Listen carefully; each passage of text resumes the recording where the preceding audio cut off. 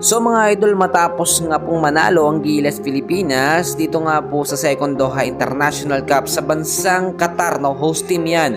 Sa final score po na 74 ang Gilas Pilipinas, 71 naman ang Qatar.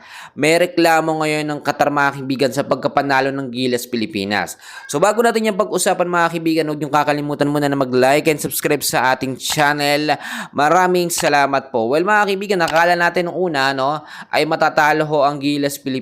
Nung first half, lamang na lamang po ang host team na Qatar sa ating national team. Pero pagdating po ng second half ng game, sa third at sa fourth quarter, dito na umariba at lumabas ang tunay na galing ng Gilas Pilipinas natin. Especially kung titignan ho ninyo, si Dwight Ramos merong 15 points, Junmar Fajardo 12 points, Brownlee malamang masyadong puntos na naitala ng first half, nakabawi naman ng second half with 10 points. Scotty Thompson 10 points, Kevin Kembao 7 points, AJ Edo ang ganda na pinakita, halos siya yung nagpanalo mga kaibigan dahil sa slam dunk na kanyang ginawa with 6-7 points, CJ Perez 6 points, Obtana 3 points, Tamayo 3 points, Newsam 2 points. At kung titignan nyo mga kaibigan, sa kabila ho ng kakulangan natin ngayon ng big man, at tinutukoy ko wala si Kai Soto, syempre alam nyo naman may injury si Kai, nagawa pa rin ng Pilipinas na manalo dito nga po sa host team ng Qatar sa Second Doha International Cup. Ito ho'y paghahanda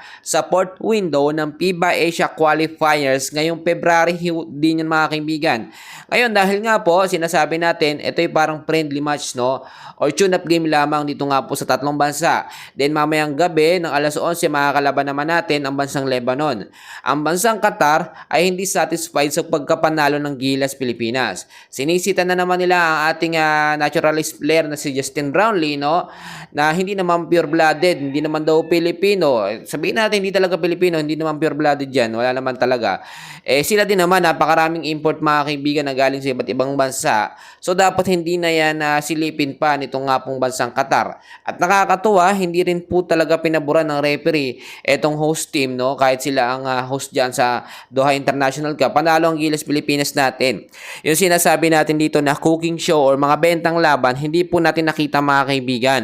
Hindi nangyari yon, bagkos maganda at malinis ang naging pagkapanalo ng Gilas Pilipinas natin at pinakita nila ang kanilang tunay na galing. Pero siyempre hindi pa tapos ang laban, mga kalaban pa natin Lebanon at yung bansang Egypt talagang pinakabanta dahil nga halos matatangkad ang mga player nila.